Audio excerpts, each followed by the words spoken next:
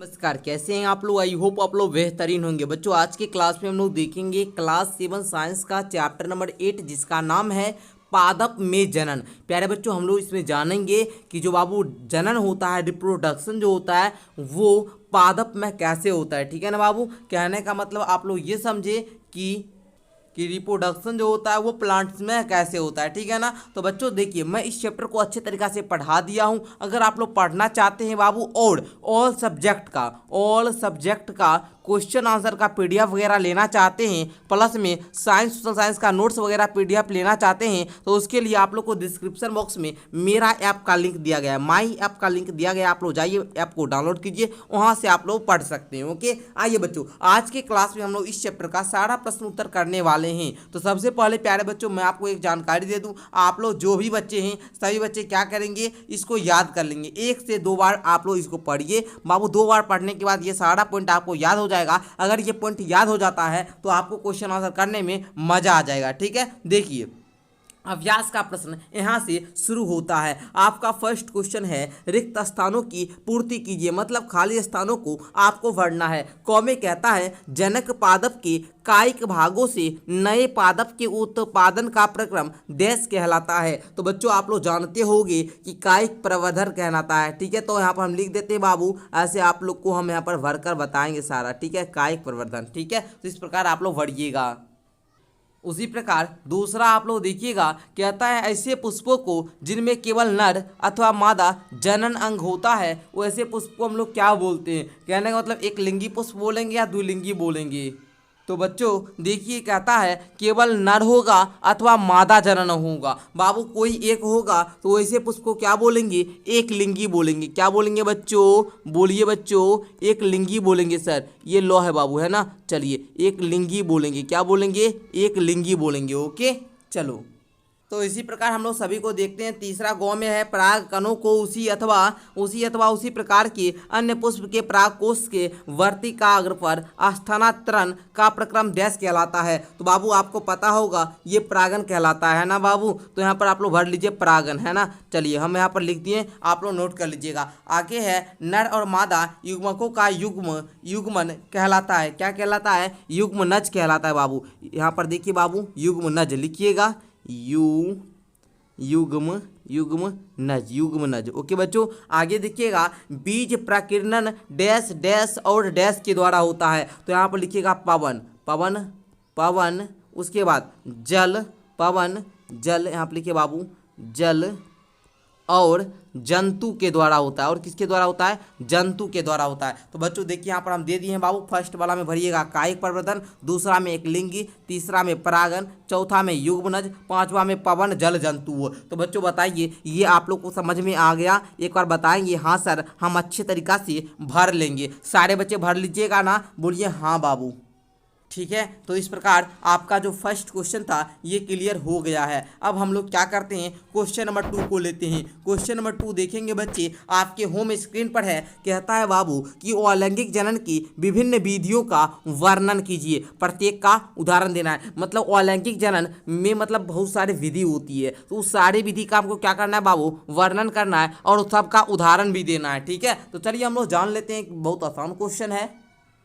तो बच्चे आप लोग आंसर लिखना शुरू कीजिए। अलैंगिक जनन की विधियाँ, फर्स्ट में दीजिए टॉपिक कायिक प्रवर्धन विधि। इसमें देखिएगा, इसको देकर पॉइंट डालकर लिखिएगा कि इस विधि में पादप के मूल, तने, पत्ती अथवा कली और जो मुकुल होते हैं वह से किसी कायिक अंग के द्वारा नया पादप प्राप्त किया जाता है। ये कौन सी विधि में होता है, कायिक प्रवर्धन विधि में। ओके, जो अलैंगिक जनन की विधि है। आगे आप लोग दीजिए उदाहरण भी बोल रहा था ना, प्रत्येक का उदाहरण दीजिए। तो बच्चे उदाहरण देकर लिखेंगे कि गुलाब के पौधे की एक शाखा का पर्व संधि से काटकर शाखा का एक टुकड़ा निकाल लिया जाता है। इस टुकड़े को कलम कहते हैं। क्या कहते हैं बाबू, कलम कहते हैं। कलम को सीधा खड़ा करके इसका कुछ भाग मिट्टी में दबा देते हैं। कलम को प्रतिदिन पानी देते हैं। कुछ दिन बाद इसमें जड़, पत्ती निकलने लगती है, जिसको हम लोग क्या बोलते हैं बाबू, ऐसे विधि को हम लोग क्या बोलते हैं, कायिक प्रवर्धन विधि का ही ये एग्जाम्पल है।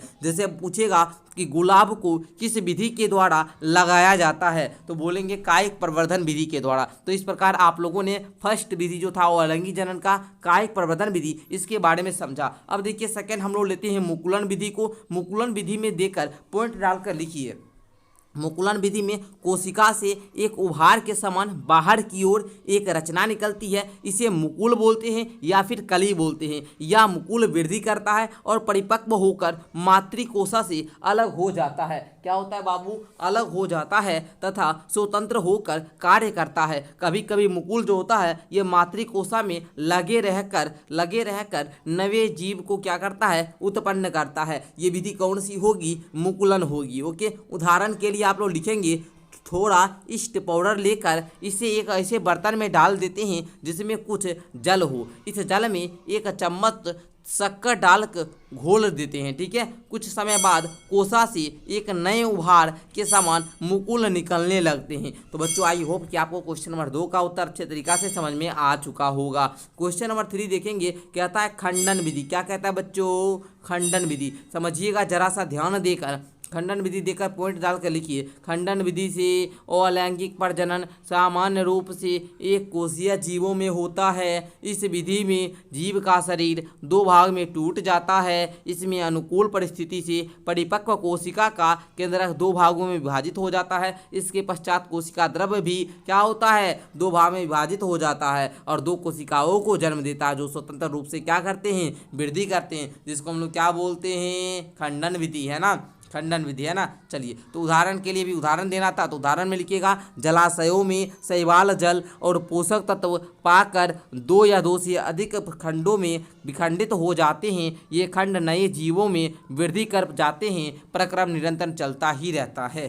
क्लियर, चलिए समझ में आ गया तो एक बार यस सर कर लिखिए और प्यारा प्यारा आप लोग क्या कीजिएगा, दिल बना दीजिए। जल्दी से दिल बनाइए। तो प्यारे बच्चों इस प्रकार से आप लोग दिल बनाइए। ओके, आगे है इसमें अलैंगिक जनन की चौथा विधि बीजाणु निर्माण विधि, और हम लोग इसी विधि को पढ़कर उसके बाद आगे बढ़ जाएंगे। लिखिएगा, यह अलैंगिक जनन की विधि है। यह कौन सी विधि है, किसकी विधि है बाबू, अलैंगिक जनन की विधि है। इस विधि द्वारा जीवाणु जनन करते हैं। जीवाणु जो होता है वो उच्च ताप और निम्न आर्द्रता जैसी प्रतिकूल परिस्थितियों के कारण कठोर सुरक्षात्मक आवरण से ढके रहते हैं, इसलिए ये लंबे समय तक जीवित रह सकते हैं। समझ गए ना। अनुकूल परिस्थितियों में बीजाणु अंकुरित होकर क्या करता है, नया पौधा बना देता है।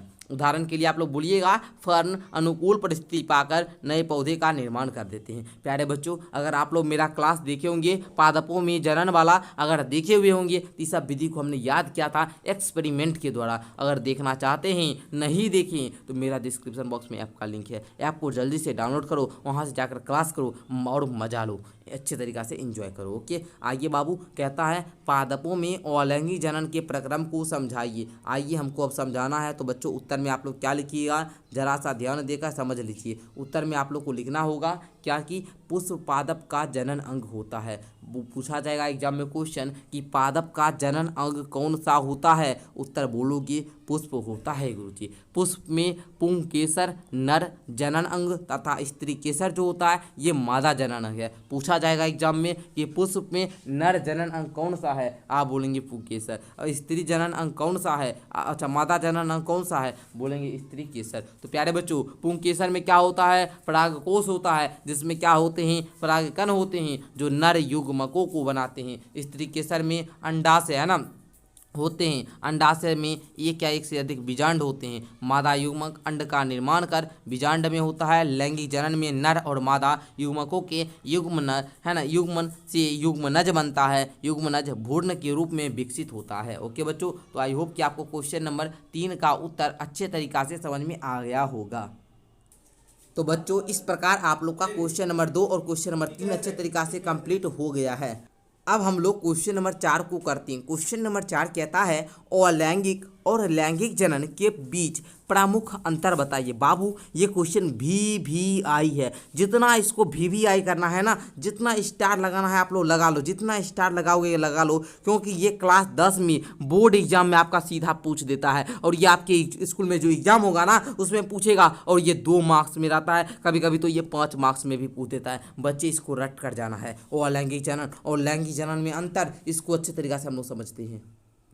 बच्चे जी आप लोग आंसर लिखना शुरू कीजिए। पहले लिखिएगा लैंगिक और अलैंगिक जनन में अंतर। इस प्रकार से 2 कॉलम बनाइएगा, लिखना शुरू कीजिएगा कि लैंगिक जनन में नर और मादा दोनों की आवश्यकता होती है। लैंगिक जनन सर वो होगा जिसमें नर भी होंगे और मादा भी होंगे, लेकिन अलैंगिक जनन में नर एवं मादा आवश्यकता नहीं होता है। मतलब इसमें क्या होते हैं, है ना बाबू, समझ ही रहे हैं ना, अलग अलग है ना। चलिए अच्छा, नए जीव की उत्पत्ति दोनों से होती है। लैंगिक जनन में भी नया जीव बनेगा, इसमें भी अलैंगिक जनन में भी बनेगा, लेकिन इसमें क्या होगा, एक ही जनक से होता है। ठीक है, नए जीव की उत्पत्ति के लिए इसमें दोनों जीव चाहिए, लेकिन इसमें क्या होगा, एक ही जनक होगा, या तो नर होना चाहिए या मादा, है ना बाबू, इसमें एक ही जनक होना चाहिए। ठीक है, चलिए मतलब कोई एक जनक होगा। इसमें निषेचन की क्रिया होता है। इसमें क्या होता है, लैंगिक जनन में निषेचन की क्रिया होता है, लेकिन अलैंगिक जनन में निषेचन की क्रिया नहीं होता है। अलैंगिक जनन में निषेचन की क्रिया नहीं होता है। बस ये 3 अंतर लिख दीजिएगा। 2 नंबर आपके गुरुजी प्रसन्न होकर दे देंगे। 2 नंबर लीजिए, आप अपने गुरुजी को भी पास करके मिठाई खिलाने आइए हमको भी। आइए बच्चों क्वेश्चन नंबर 5 को करते हैं। क्वेश्चन नंबर 5 कहता है किसी पुष्प का चित्र खींचकर उसमें जनन अंगों को नामांकित कीजिए। नामांकित का मतलब होता है नाम भी अंकित करना है। बहुत आसान क्वेश्चन है, आइए हम लोग कर लेते हैं बच्चों। तो बच्चे देखिए, इस प्रकार से आप लोग को क्या करना है बाबू, पुष्प का चित्र बनाना है। ठीक है, तो पुष्प का जनन अंग इस प्रकार से आप लोग बना लीजिएगा ना। कौन कौन बच्चे से जो बना लीजिएगा, इसको हम लोग पुंकेसर बोलते हैं। आपको पता होगा जो आपका नर जनन अंग होता है, जो पुष्प में नर जनन अंग होता है उसको पुंकेसर बोलते हैं। स्त्रीकेसर किसको बोलते हैं, मादा, जो पुष्प में मादा जनन अंग होता है ना, तो इसको आप लोग लिख लीजिए। अच्छा, इसको स्त्रीकेसर बोलते हैं। अब पुंकेसर का आपको अलग अलग बनाना, इसको हम लोग योजी बोलते हैं, यहाँ पर प्राक कोश होता है, और इसको हम लोग क्या बोलते हैं, पुतंतु, है ना, पुतंतु। इसको हम लोग वर्तिकाग्र बोलते हैं। ये जो आप देख रहे हैं इसको हम लोग वर्तिका बोलते हैं। ये जो आपका है बाबू थैलीनुमा, इसको हम लोग अंडाशय बोलते हैं। ये आपका एक बीजांड होता है, ये क्या होता है, बीजांड होता है, और इसको हम लोग क्या बोलते हैं, पुष्पासन बोलते हैं। ओके, तो ये इस प्रकार से आपको क्या करना है, चित्र बनाकर नाम को अंकित कर देना है। ओके, आइए आगे आपका क्वेश्चन नंबर 6 है, और ये क्वेश्चन को भी स्टार मार्क्स कर लो, स्टार मार्क्स कर लो, स्टार मार्क्स कर लो। पूछा जाएगा, लिख लो, 2 नंबर में आएगा। ठीक है, चलिए तो चलिए ये भी क्वेश्चन 2 नंबर में पूछा जाएगा। लिखिए स्वपरागन और परपरागन में अंतर। स्वपरागन और परपरागन में अंतर। स्वपरागन किसको बोलेंगे सर, जब किसी पुष्प के परागकण उसी पुष्प के पराग वर्तिकाग्र पर गिरता है ना, जब किसी पुष्प का जो परागकण होगा ना उसी पुष्प के वर्तिकाग्र पर गिरेगा, उसको बोलेंगे स्वपरागन। और जब किसी एक पुष्प के परागकण किसी अन्य पुष्प के वर्तिकाग्र पर गिरते हैं तो उसको हम लोग क्या बोलेंगे, परपरागन बोलेंगे। गुरुजी क्या बोलेंगे, परपरागन। तो स्वपरागन परपरागन आप लोग समझ चुके हैं ना, तो दोनों में आप लोग लिख लीजिएगा अंतर। बोलिए यस सर, बोलिए तो जल्दी यस सर। आइए क्वेश्चन नंबर 7 आपके सामने आ चुका है बच्चे। कहता है कि पुष्पों में निषेचन का प्रक्रम किस प्रकार संपन्न होता है। तो उत्तर आप लोग देना शुरू कीजिए। उत्तर में लिखिएगा क्या, मैं आपको बताता हूँ। उत्तर में आपको लिखना है, उत्तर में आपको लिखना है बच्चों कि पुष्पों में निषेचन पुंग केसरों के पराग कोशों से, है ना, होता है। ठीक है, तो पराग कर्ण समझिएगा ध्यान से, पराग कर्ण स्त्री केसर के वर्तिकाग्र पर पहुँचते हैं। यहाँ इनका अंकुरन होता है, जिसके फलस्वरूप पराग नलिका बनती है। पराग नलिका जो होता है वर्तिका में प्रवेश करके अंडाशय में पहुंचती है। अंडाशय से बीजांड होते हैं जिसमें अंडाणु होते हैं। ठीक है, और पराग नलिका बीजांड में नर युग्मक को छोड़ती है। क्या छोड़ती है, नर युग्मक को। नर एवं मादा युग्मक मिलकर युग्म नज बनाते हैं। इसी प्रकार पुष्पों में, किसमें, पुष्पों में निषेचन की प्रक्रिया होती है। निषेचन के पश्चात बीजांड एवं अंडाशय में परिवर्धित होकर क्रमशः बीज एवं फल बनते हैं। है ना, या फल बनाते हैं। तो प्यारे बच्चों यही था पुष्पों में निषेचन का प्रक्रम। तो इसको आप लोग लिख लीजिएगा, जल्दी से बोलिए यस सर, लिख लेंगे। VVI क्वेश्चन है बाबू, इसको एक भी स्टार मार्क कीजिएगा तो चलेगा, लेकिन स्वपरागन और परपरागन में अंतर, ये आप लोग डबल स्टार मार्क्स कर लीजिएगा। ये जो आपका अलैंगिक जनन लैंगिक जनन वाला था, इसको आप लोग डबल स्टार मार्क्स कर लीजिए। ये जो आपका है बाबू, इसको भी आप लोग डबल स्टार मार्क्स कर लीजिए। VVI है सारा, क्या है बाबू, VVI है ना। चलिए मैं आपको अपने अनुभव के अनुसार बता रहा हूँ, तो आपको जरूर नोट करना चाहिए। आइए बच्चे, क्वेश्चन नंबर 8 कहता है बीजों के प्रकीर्णन की विधियों का वर्णन, विभिन्न विधियों का वर्णन करना, कि बीजों में जो प्रकीर्णन होता है उसके विभिन्न विधि का वर्णन करो। तब बच्चा जी जल्दी से लिखना शुरू कीजिए। लिखिए, प्रकृति में पादप के फलों और बीजों का प्रकीर्णन पवन, जल और जंतु द्वारा होता है। पहले लिखिए, पवन द्वारा प्रकीर्णन किस प्रकार होगा, तो कुछ पादपों के पंख युक्त बीज जैसे सेहीजन, है ना, जिसको हम लोग क्या बोलते हैं, ड्रमस्टक बोलते हैं, द्विफल जिसको मैपिल बोला जाता है, घासों के हल्के बीज, मदार के रोम युक्त बीज, सूरजमुखी के रोम युक्त फल पवन के साथ उड़कर सुदूर स्थानों तक चले जाते हैं और वहां जाकर क्या होते हैं, प्रकीर्णित हो जाते हैं। क्या हो जाते हैं बाबू, प्रकीर्णित होते हैं। तो समझ गए पवन द्वारा प्रकीर्णन कैसे होता है। अब आइए जल के द्वारा प्रकीर्णन कैसे होता है, इसको समझते हैं। लिखेंगे, कुछ बीज अथवा फल जो होता है ये जल के द्वारा प्रकीर्णित होते हैं। ऐसे बीजों के आवरण स्पंजी और तंतुमय होते हैं, जिससे वे जल में आसानी से तैरते हुए एक स्थान से दूसरे स्थान को चले जाते हैं। जैसे नारियल, इसमें कैसे होता है, जल द्वारा प्रकीर्णन। जल द्वारा प्रकीर्णन किसमें होता है बाबू, बोलेंगे गुरुजी, नारियल में। किसमें बाबू, नारियल में। ओके, आगे बढ़िए, जंतु द्वारा प्रकीर्णन। लिखिएगा कि कुछ बीजों का प्रकीर्णन जंतु द्वारा होता है। इस प्रकार के बीजों में ऐसी संरचनाएं होती है जिससे ये जंतुओं के शरीर में क्या होते हैं, चिपक जाते हैं और दूर स्थान तक पहुंच जाते हैं। ऐसे बीज कांटेदार और हुक जैसी संरचनाओं के होते हैं, जैसे यूरेना को बोलिए, जैसे जंथियम बोलिए। ये सब जो है बाबू जंतु द्वारा प्रकीर्णन इसमें होता है। क्लियर, समझ में आया, बोलो यस सर, बोलो जल्दी से। आइए क्वेश्चन नंबर 9 को मिलाते हैं। क्वेश्चन नंबर 9 कहता है कॉलम ए में दिए गए को कॉलम बी में दिए गए जीवों से मिलान करें। जैसे मुकुल के द्वारा किसमें होता है, आँख, खंडन, पंख, बीजाणु, मिलान करना। तो बाबू कर लीजिएगा आप लोग। तो बच्चों देखिए, मुकुल जो देख रहे हैं इसको ईस्ट में मिला लीजिए आप लोग, जल्दी से मिलान करना शुरू करो। तो इसको मिला लो ईस्ट में। अच्छा, आँख, इसको मिला लीजिए आलू में, जल्दी से मिलाइए बाबू। तो देखिए यहाँ पर आ गया खंडन। खंडन किसमें होता है, मैपिल में। अभी तुरंत हम पढ़े थे यहाँ पर अभी। अच्छा बाबू, वहाँ पर चलिए हम दिखा देंगे बाद में, ठीक है ना। अच्छा, पंख, पंख होता है सपाइरो गोएरा में। अच्छा, बीजाणु, इसको आप लोग मिला लीजिए डबल रोटी या फफूंद में। ओके, तो आई होप कि आपको जो ये मिलान करने वाला है ये भी अच्छे तरीक़ा से क्लियर हो गया होगा, है ना। ऐसे मैं यहाँ पर दे दिया हूँ किसको किस में मिलाना है, तो आप लोग मिला लीजिए। ख्वा को 5 वाला में, गुआ को 2 वाला में, गुआ को 1 वाला में, चौ को 4 नंबर वाला। तो इस प्रकार आप लोग स्क्रीनशॉट भी ले सकते हैं। आगे आ जाइए, आगे आपका कहता है सही विकल्प पर सही का निशान लगाइए। पादप का जनन भाग होता है, क्या होता है बताइए जल्दी। तो बच्चे देखिए, बोलेंगे सर हम आपको बार बार बताएं, अभी तक में बार बार बताएं कि पादप का जनन उसका पुष्प होता है, ठीक है। पादप का जनन क्या होता है, पुष्प। आगे देखिए, नर और मादा युग्मक के युग्मन का प्रक्रम क्या कहलाता है, तो निषेचन कहलाता है। तो इसको आप लोग मिला लीजिएगा। आगे देखिए बाबू, कहता है परिपक्व होने पर अंडाशय विकसित हो जाता है। कहाँ पर बताओगा, जब परिपक्व होगा अंडाशय विकसित हो जाएगा तो वो फल का निर्माण करता है ना, फल में, है ना। चलिए, अब पहले तो फूल, उसके बाद फल, है ना। पुष्पे को फूल बोलते हैं। आगे देखिए, कहता है बीजाणु उत्पन्न करने वाला एक पादप जीव है। तो बाबू पता होगा बीजाणु, अभी तुरंत बताए मिलान वाला में डबल रोटी का फफूंद। यहाँ पर नहीं मिलान करके बताए थे, यहाँ देखिए यहाँ पर अभी भी लिखा हुआ है बाबू कि बीजाणु बाबू डबल रोटी फफूंद में। तो इस प्रकार आपको सही वाला था, इसको भी आप लोगों ने कंप्लीट कर लिया। एक और है, ब्रायोफिलम अपने जिस भाव द्वारा जनन करता है वह क्या है बताइए जल्दी से। ये बच्चा सभी जानता है कि सर पत्ती, है ना बाबू, आप लोग भी जानते होंगे पत्ती, है ना।